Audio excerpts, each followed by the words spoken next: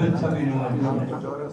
সনাতন ধর্মাবলম্বীদের অন্যতম ধর্মীয় উৎসব জন্মাষ্টমী উপলক্ষে মতবিনিময় অনুষ্ঠানে অংশ নিতে শুক্রবার বিকেলে গুলশানে বিএনপি চেয়ারপারসনের রাজনৈতিক কার্যালয়ে উপস্থিত হন দলটির সারা দেশের বিভিন্ন পর্যায়ের সনাতনী নেতাকর্মীরা। সন্ধ্যা ৬টার কিছু পরে ভার্চুয়ালি এতে যোগ দেন বিএনপির ভারপ্রাপ্ত চেয়ারম্যান তারেক রহমান।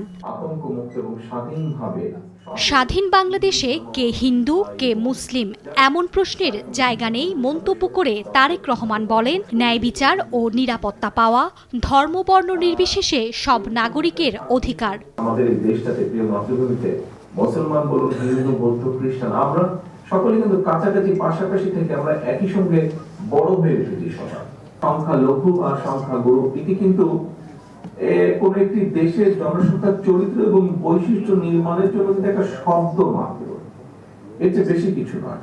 যতদিন পর্যন্ত মুসলমান, হিন্দু, বৌদ্ধ, খ্রিস্টান অর্থাৎ দল, মত, ধর্ম, বর্ণ নির্বিশেষে দেশের প্রত্যেকটি নাগরিক নির্ভয়ে নিশ্চিন্তে নিজের ভোট দিয়ে জবাবদিহিমূলক একটি সরকার প্রতিষ্ঠা করতে সক্ষম না হবে, ততদিন পর্যন্ত কোন নাগরিকেরই নিরাপত্তা এবং অধিকার সুরক্ষিত নয়।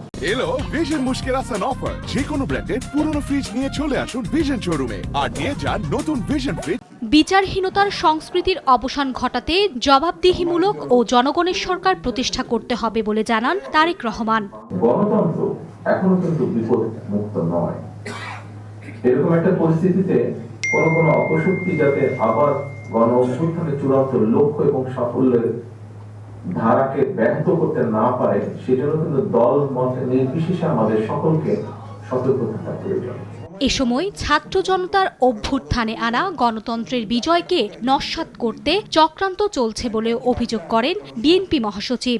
এই বিপ্লবকে ব্যর্থ করার জন্য আমাদের পরিকল্পিতভাবে একটা ষড়যন্ত্র যে চক্রান্ত হয়েছে, এটা অস্বীকার করার কোনো উপায় নেই।